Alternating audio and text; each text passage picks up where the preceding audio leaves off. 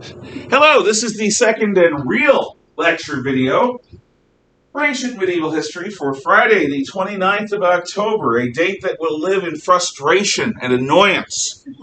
Good morning. Remember, 3 o'clock today is the deadline for any first quarter work that you want included in your grade.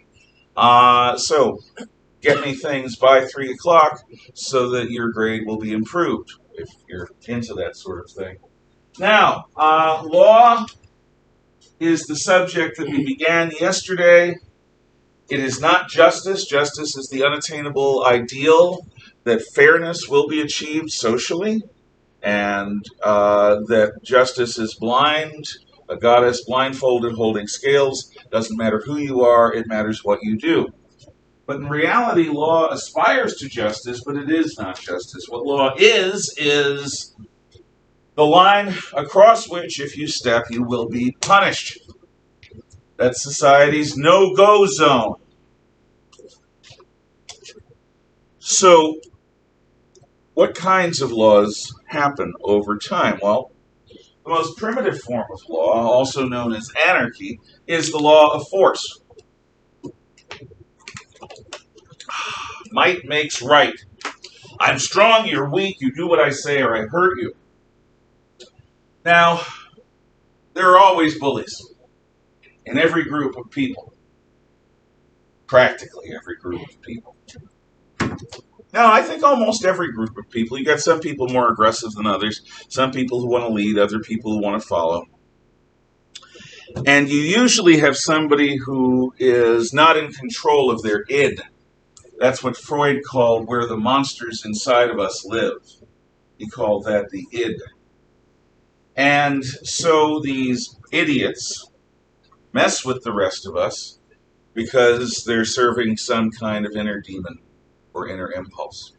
That's what psychology says anyway. Or used to say. Freud's so old-fashioned. Now, problem with the law of force, first of all, is everyone's a victim. Even the big, strong bully leader is going to have to get sick sometime and is going to sleep sometime. And so they are weak and vulnerable at some point. So you have this constant boiling violence, this roiling set of people ripping each other down. It's very Darwinian. Survival of the fittest. The problem is nobody is universally fit, so it's just constant chaos. If you want to understand the law of force, go to my old neighborhood in the Bronx, or go to Somalia, and or another failed state or failed society, and you'll see what happens to people when they're no longer controlled. Usually what happens, because the law of force is something that nobody really likes, is the law of family. Blood calls out for blood. It serves to protect relatives of strong people. That's good. So there is actually some protection for the weak by the strong because of blood relationship. Good. The downside is, because human nature is the way it is, when something happens that is seen as a slight or as a violation or as an attack on my family, what I'm going to do is I'm going to engage in an overwhelming response. You come at me with a fist, I come at you with a club. You come at me with a club, I come at you with a knife. You come at me with a knife, I come at you with a gun. Why? Because by escalating the violence, I communicate terror. Terror being a form of communication. And what I'm communicating is, in street talk, don't mess with my people. You mess with my people, I'll mess with you worse than you ever messed with my people. You will pay an exorbitantly outsized price for picking my people to victimize.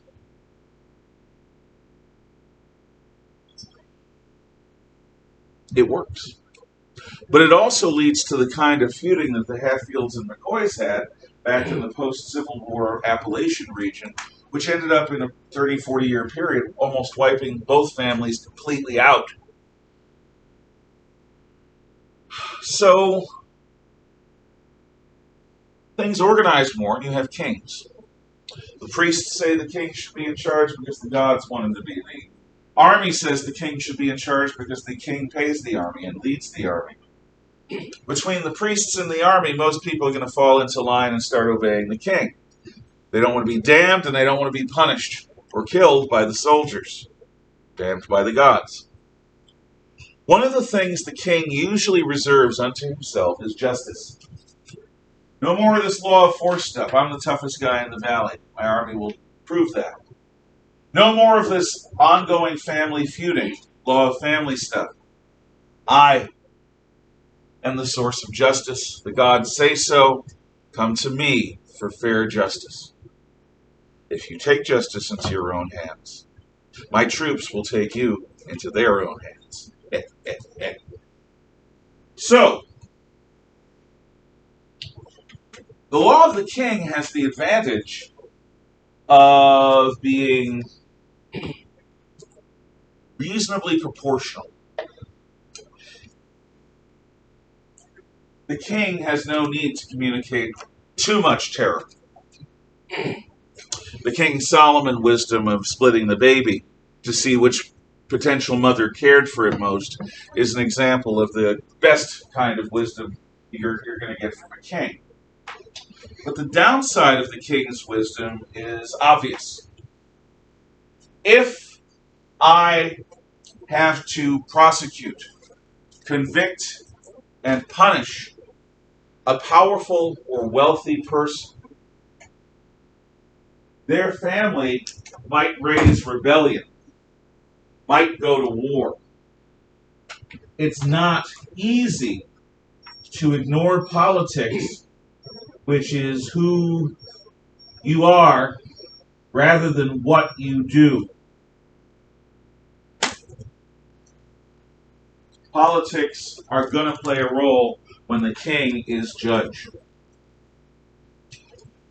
So it's entirely possible that the son of a wealthy house who's a scumbucket murderer will get away with it because the king doesn't want to provoke a civil war. That's not justice. That's not even close. So quickly, societies develop judges. Judges are not politicians. Judges are chosen either by the king for a lifetime appointment. The king can't even dismiss them. Or judges are elected by the people frequently. In any case, what you want in a judge is two things. Number one, an encyclopedic knowledge of the law. Number two, common sense and fairness. Common sense and fairness. So if you have a judge that has an encyclopedic understanding of the law and who has common sense and fairness, you're in pretty good shape. When the king is pressured by the powerful family to let their murderous son off, the king can say, it's out of my hands, and you know it. It's in the hands of the courts. They're independent of me. It's in the hands of judges. So judges reduce the politicization of the courts. They don't eliminate it, nothing will, but they reduce it. Finally, though, there are problems. What if you have judges with radically different notions of fairness and common sense? You go into one courtroom, you get slapped on the wrist and 20 days of community service working in the petting zoo. The other judge removes a limb or puts you in prison for 10 years, hard time, no parole, for the same crime, just because the judges see things a little differently from one another. So what is going to happen is the kings and judges together will come up with codes of laws, law codes that have crimes, standards of evidence, and ranges of punishment. If a person is accused and the evidence reaches the standard that says they are guilty of a particular crime, the judge may choose within a range of punishments depending upon their judgment of the case. So the turn the other cheek judge will have to give an approximation, a similar sentence to a hanging judge. It won't be the same. There'll still be some range. There'll still be some difference. There's still a need for the judge to interpret the particular facts of the case through their own sensibilities. But you have a much tighter grouping. You no longer have 20 days with the cute little baby animals versus 10 years with the scary, scary prisoners. Now, the first law code that we developed is Hammurabi's Code. King Hammurabi is of the first Babylonian Empire. The Babylonian Empire that conquers the Akkadians and by extension the Sumerians and is located in central Mesopotamia near the city and around the city of Babylon. There is a later second Babylonian Empire under King Nebuchadnezzar. That's the one that captures the Jews and brings them into the Babylonian captivity. Hammurabi's law code is almost, 3,500, 4,000 years old. It's a long time ago. And it's the first law code that we know about. Hammurabi's code can be summarized as an eye for an eye, a tooth for a tooth, a life for a life among equals. An eye for an eye, a tooth for a tooth, a life for a life among equals. That's an expression that may seem brutally bloody to us. Thus, we have so many people driving around with an eye for an eye makes the world go blind, which I think is actually a quote by Gandhi, the Indian leader of passive resistance against British rule. The problem with that sanctimony is that, in fact, an eye for an eye justice is merciful compared to what it was replacing. What was it replacing? It was replacing the law of family. In the law of family, if I knock out your tooth and your family comes after me, they're going to do a heck of a lot more than knock out one of my teeth. They're going to express terror on my body and hurt me bad because I hurt a steward. Can't do it. Not allowed to. Bad things will happen. Whereas, if we're socially equal, and I knock out your tooth and I'm brought to trial and I'm found guilty of it, the executioner will walk up and say, "Nothing personal, buddy." Bam! And he'll knock out my tooth. And because he's a professional, he won't knock out more than he needs to. He knows his business. And if he doesn't, he'll get punished badly himself. So it limits justice to what was done to the victim. If the victim loses a hand, the perpetrator will lose a hand if he's found guilty. An eye for an eye, a tooth for a tooth, a life for a life among equals. Now, what if a son raises his hand to his papa? What happens then? What will the law say? Then the son will lose his hand. Why?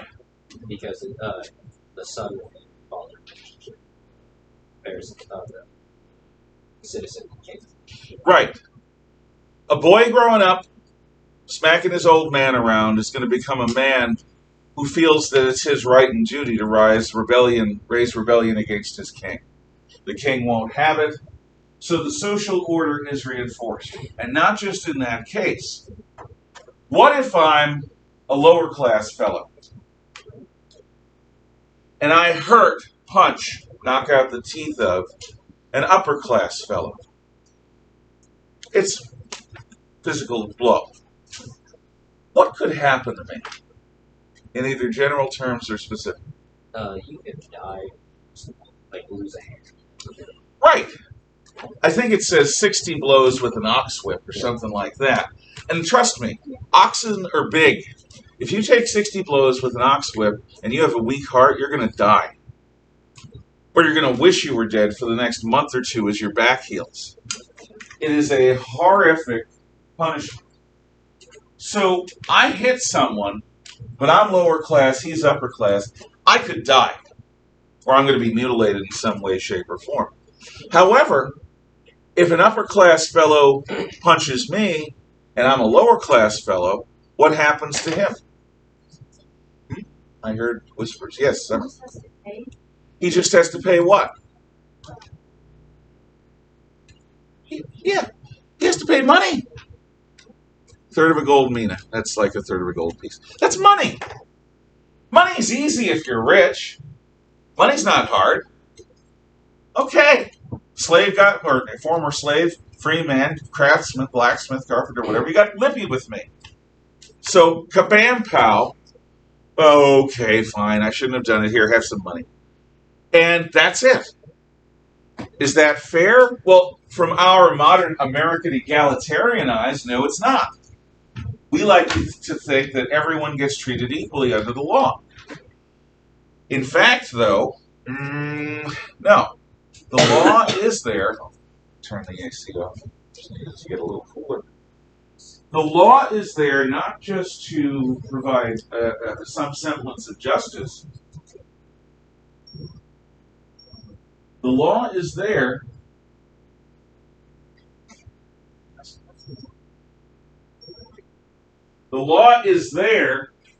to preserve the social order. To preserve the social order. To prevent revolution, which could destroy the civilization. To prevent anarchy. So, the class system is reinforced by the law. The king and authority is going to be respected by people, or they're going to be really badly hurt. That may not seem fair to you, but if you're looking square in the face at a society where 80 to 90% of the people are some variety of slave or bondservant, you'd better keep them in line somehow, and fear is one way to do it. The law preserves the social order, and that is good and right in the sense that it will preserve the civilization, prevent it from falling into anarchy and either being conquered or falling into barbarism, which can and does happen. So, are there any thoughts up till now regarding law? Hammurabi's code, law of force, family, the king, judges, code of laws, any of that. Now we're going to go into one of the first codes of law that many people learn in Sunday school. And that is the Decalogue, which is Greek for the 10 Commandments, the 10 words of God. Now, on the same page in your notes, you will see there are actually about 14 different commandments in the 10 Commandments. But you group them differently depending upon your religious tradition. So we have 3 columns here in your notes on your page. There is the column that is the Jewish reckoning on the left. There is the Augustinian, that's Roman Catholic and Lutheran reckoning. And there is the Greek Orthodox and Reformed Christian reckoning. So, let's look and see how they're different. Well, they all have an introduction. And God spoke all these words, say, the Jews say. And God spoke all these words, saying, I am the Lord your God, Catholics and Lutherans say. And God spoke all of these words, saying, I am the Lord your God. Greek Orthodox and Reformed Christians like Methodists, Presbyterians, have that. Okay, now the first commandment, or the first word of God. The Jews say, I am the Lord your God. Catholics and Lutherans say, you shall have no other gods before me. You shall not make for yourself a graven image. Protestants say, Reformed Christians say, you shall have no other gods before me. So here we see some differences already. The Jews make "I am the Lord your God" statement of identification, the first commandment, the first word of God, recognizing from whom this comes. Catholics and Lutherans combine. You don't have any loyalty higher than your loyalty to me. Don't make any images of God. Don't start making statues and worshiping them and calling them God. Orthodox Christians and Reformed Christians say, you shall have no loyalties before mine. You shall have no God other than me. Second word of God, second commandment. You shall have, the Jewish reckoning, you shall have no other gods before me. You shall not make for yourself a graven image. So Jews, like Roman Catholics and Lutherans, combine the notion of not letting anything get a higher loyalty in your heart than God, and not making images to worship as if you can worship the work of your own hands. Whereas Reformed Christians and Greek Orthodox, this is on the right, you shall not make for yourself a graven image. That's a separate commandment. One of the reasons that's a separate commandment is that both in Greek Orthodox Christianity and in Reformed Christianity, there is an iconoclastic trait. Iconoclastic means break the images. Actually teaching about that in European history. Some Greek Orthodox Christians and many Reformed Christians believe that holy art is blasphemous. The idea that you're going to paint God, or you're going to paint the prophets, or you're going to paint a miracle, or you're going to make a sculpture of these things, seems prideful and nasty and a violation of don't make yourself a graven image. So they separate that out. Whereas the second commandment in the Catholic and Lutheran system is, you shall not take the name of the Lord your God in vain. You shall not take the name of the Lord your God in vain. Okay. By the way, as you're hearing these and as you're reading them, what I'd like you to do is think about, if any of them, which of these commandments could apply to a society that's not religious? Which of these, in other words, are good social policy regardless of your religious faith, as opposed to this is the word of God for all believing peoples. So make a check mark or something next to the ones as I go through them that you think might not be needed as religious, they might just be good social policy. Now we're on the third word, Jewish reckoning. You shall not take the name of the Lord your God in vain. So the Jews, like the Catholics, don't curse.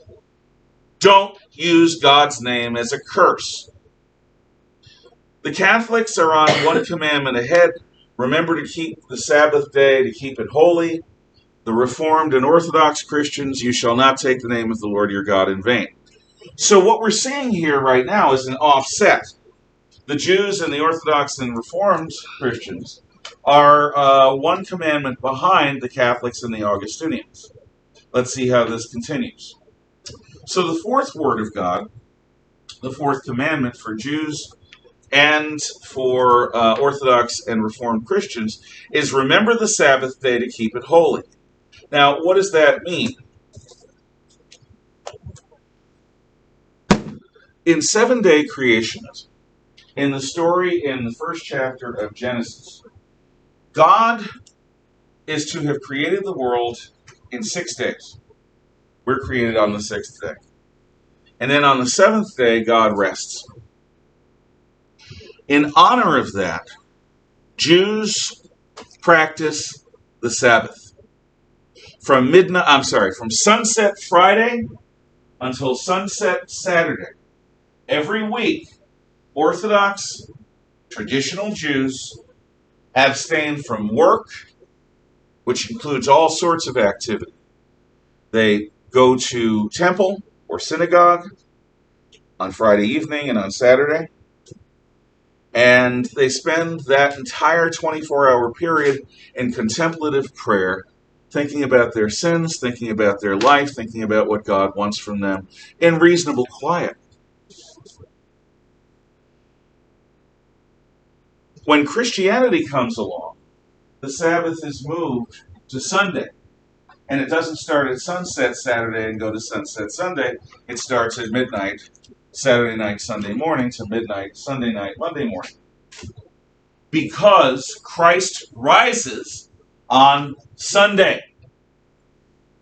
So instead of the Sabbath day, the last day of the week, as it is for the Jews, because God starts creating on Sunday, the Sabbath is moved by Christians to Sunday to celebrate the resurrection of Jesus Christ. Muslims also celebrate the Sabbath, but they celebrate it on Friday. I don't know why. Most Muslims could tell you, and I should know, but I don't. I'm sure it has something to do with the revelation to Muhammad or something that happened in his life. So, Muslims celebrate Friday, Jews Saturday, Christians Sunday, but all three are supposed to keep the Sabbath, which is 1 day in 7 for God and for rest.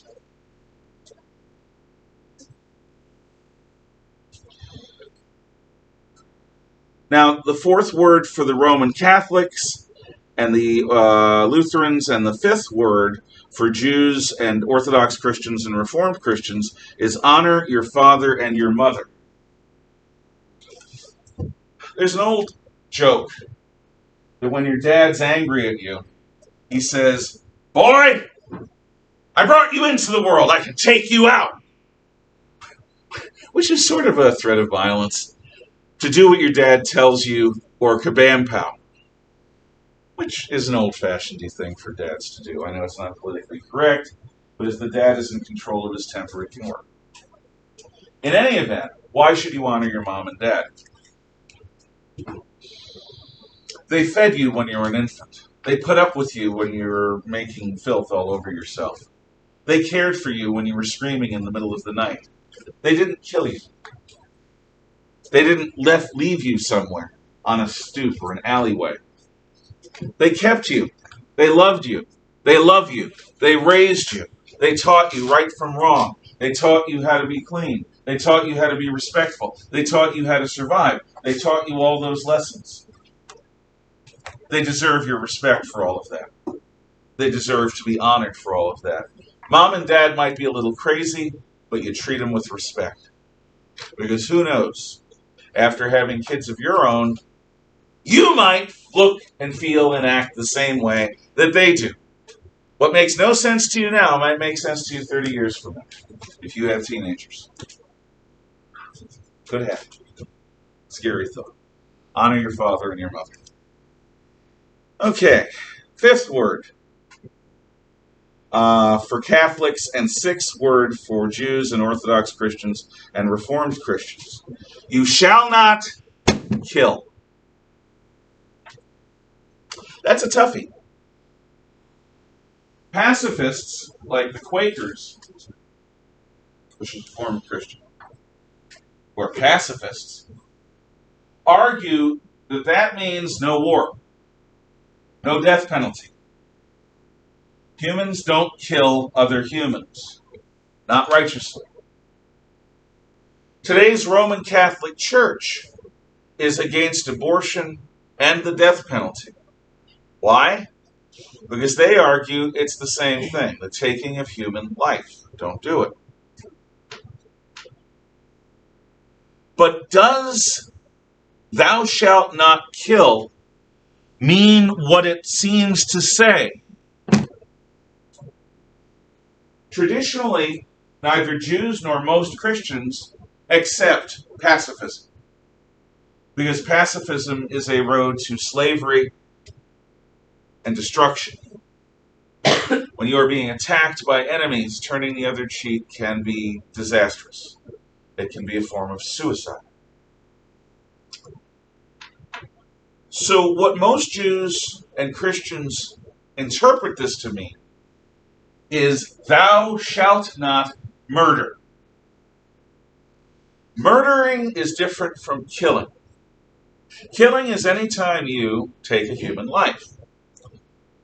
Murdering is any time you take a human life on your own judgment. So, on your own judgment is the key, or so it seems. What does that mean?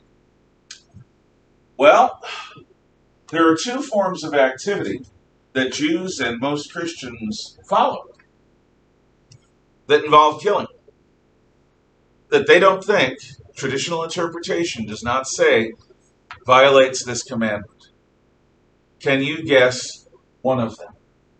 What is one thing that Jews and most Christians engage in that involves killing people that they don't argue is a violation of this commandment? War. Right. In war, you don't murder the enemy, you kill the enemy. In war, your government has decided, for the good of us, we need to fight. You're not deciding yourself to kill that guy. You're wearing a uniform of some kind, you're under orders of some kind. Your lawful government, put there by God, is telling you to fight and use lethal force. So the general interpretation of most Christians and Jews is that if you need, and while war is horrible, if you need to engage in it, that is not a violation of this commandment. There's another form of death that's also given. Yeah? In effect, that's actually not something I was thinking of, but you're right. If I have a gun, usually do, I'm not here, and if someone is coming at me and I think they're going to kill me or somebody I love or a total stranger, to protect life, I might shoot them. And I don't mess around. My mom taught me what she learned as a police officer. You don't draw your weapon unless you're planning to shoot to kill. You don't draw your weapon to threaten people. You only draw your weapon as a last resort to protect the lives of others. But if I think the lives of others or my own life is threatened, I will draw and I will shoot to kill. Is that murder? No. Most Jews and Christians would say it's absolutely not murder. You're absolutely right, because you're shooting in defense of life, yours or someone else's. Yes? My dad told me that said a dead person can't sue you. I wouldn't say that too loud. You don't want to say that to the cops. I shot him because dead men tell no tales. At that point, the police will become much more hostile to you. He's not wrong, though. Your dad is not wrong. So, there is one other thing. Yeah? I was going to say, like, sacrifices for God. If your God, which Christianity and Judaism and Islam does not do, if your God takes blood right sacrifices, obviously they're not going to say you can't do that. Death penalty. Death penalty is the other. A person is found guilty of a capital offense. That means they're liable to suffer the death penalty. Multiple murderers, multiple kidnappers, rapists, that sort of thing. People who are a clear and present danger to everyone. People who are literally unable to be trusted. Depending upon where you live, there may be a death penalty for what they did. And is the executioner the person who turns on the electricity or fires the bullet or lets the floor out from under a hanged victim or injects the person with lethal poison? Are they murderers? Are executioners murderers? And most Christians and Jews would say no, absolutely not. They're doing a job. The difference between murder and killing is that the government, a lawfully constituted government, presumably put there by God or allowed by God, tells you this person needs to die because they're an enemy soldier, or this person needs to die because they're a dangerous criminal. It also allows you to defend yourself against people who are presenting lethal threats to others. That's not the same as deciding, I hate this guy's breath, he doesn't ever brush his teeth, kablam, pow. That's murder, that's bad, don't do it. Maybe anonymously leave some, breath mints or something. Yes? Instead of the death penalty, why don't we keep them for life in prison? Some people believe that that's worse. In fact, a number of American states, even if they have death penalties on the books, rarely, if ever, assign people to them. Instead, what they get is what's called like double life in prison. Even life in prison might have the chance of parole.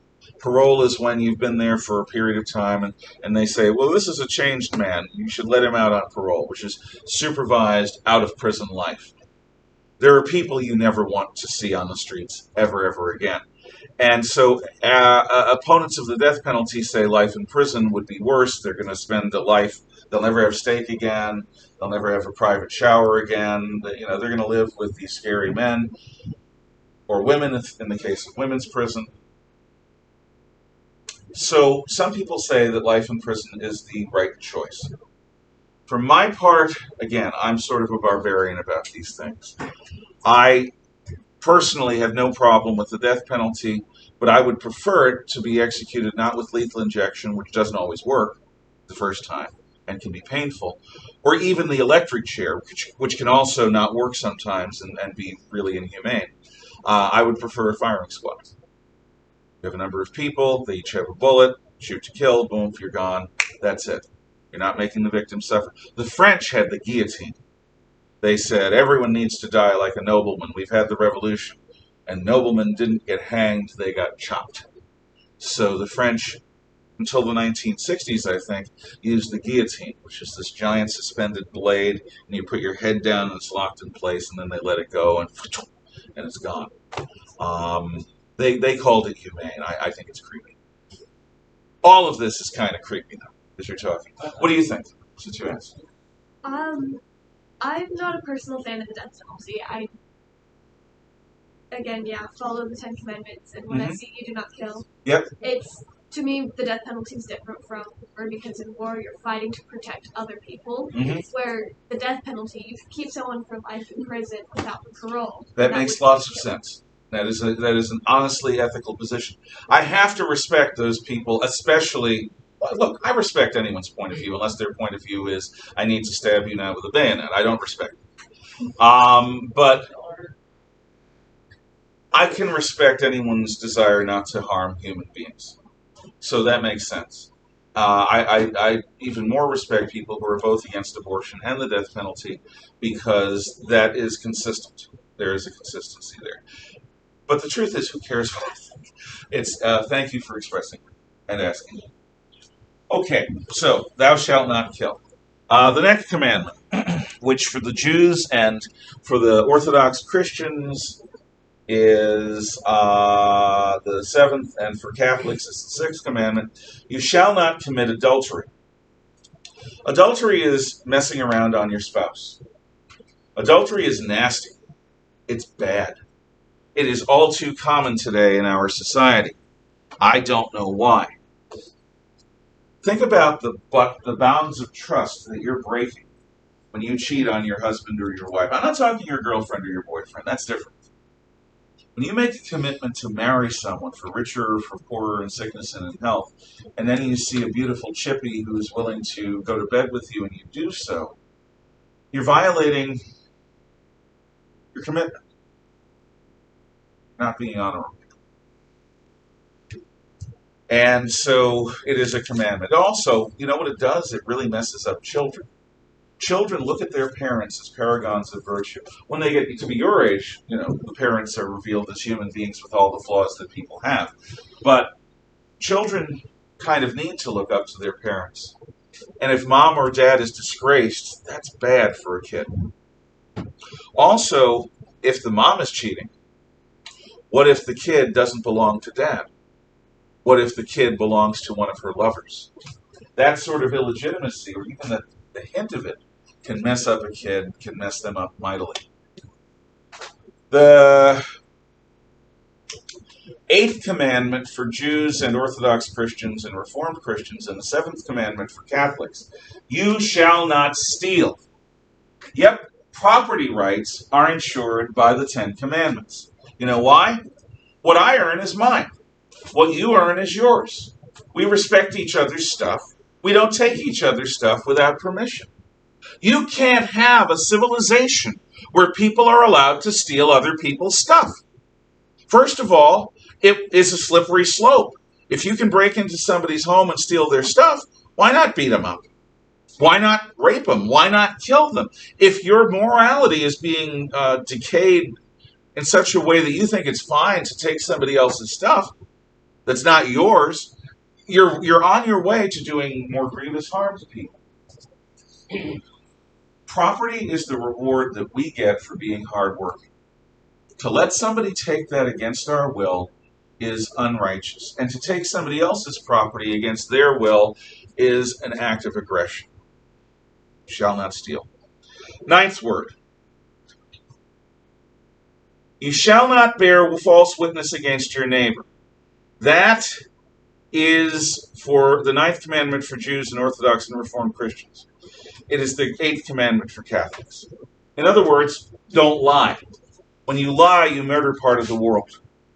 When you lie, you are taking the truth and twisting it so that it suits you. When you lie, you're also harming people. You want to be a gossip, so you say that so-and-so is cheating on so-and-so. It's a lie, but it breaks them up. Don't you feel powerful? Everyone wants to hear the goods and the detail and the dirt on someone. Don't you feel important? Lying is bad. And talk about a gateway drug to evil. Lying is where a lot of people start. You don't care about the truth, you just care about what you want. The 10th commandment for Jews, Christians, Orthodox, and Reformed Christians, and the 9th commandment for Catholics, you shall not covet your neighbor's wife, and you shall not desire anything that is your neighbor's. That's the 10th commandment for Jews and Reformed and Orthodox Christians. Catholics split that up into two. You shall not covet your neighbor's wife, and then the 10th for Catholics and Lutherans, you shall not desire anything that is your neighbor's. Envy is also a gateway drug to evil. You see something that you want, and you want to take it. Dwelling too much on wanting things you shouldn't have, like your neighbor's wife, or husband, or dog, or houseboat, or computer gaming system, none of that is good. Because what you're indulging in is envy, which can lead you to do things that might get you those things. You might seduce your neighbor's wife or husband, or you might somehow get a hold. There's all sorts of evil that can come from wanting what shouldn't be yours. Don't want what shouldn't be yours. Don't want to take what you didn't earn. So, which of these commandments are righteous or useful in a non-religious context? Yes? Honor. And after that? Okay, so honor your father and mother. Yeah, that's good socially. Atheists should be able to get something good out of that. Yeah? Kind of add on. Honor your father and mother down. Yeah. Because those don't mention God or religion. So Right. I would argue that both of you are right. I will take your thing, though, first. Oh, I would just argue that remember the Sabbath day to an extent, like not necessarily in a religious context, but it's really important for people to take breaks from work in their life and to reflect on their own values and how they're doing. I agree with that too. I won't include it in any firm listing because some people would say that it's too religious. But psychologically, you're absolutely right. People need a recharge, and they also need to step away from what they're doing to think about what they're doing from time to time. Otherwise, you can slide into things you never want to do purposefully. So, arguably, from either honor the Sabbath day or honor your father and your mother down. You don't want a society where people are murdering one another. You don't want a society where people are stealing or cheating or coveting each other's stuff or coveting each other's love. Those are all bad things. And you don't want a society of liars. So the 10 Commandments are actually a pretty solid basis, not only for religious law, but for secular law. And they're going to become the basis of Judaism. Next time, we continue on this list. And next week, my intention is to go through the ancient pre-classical River Valley civilizations, and then we'll have Unit 1 exam near the end of next week or the beginning of the week after next. That's my hope. Thank you for your attention. Have a good day.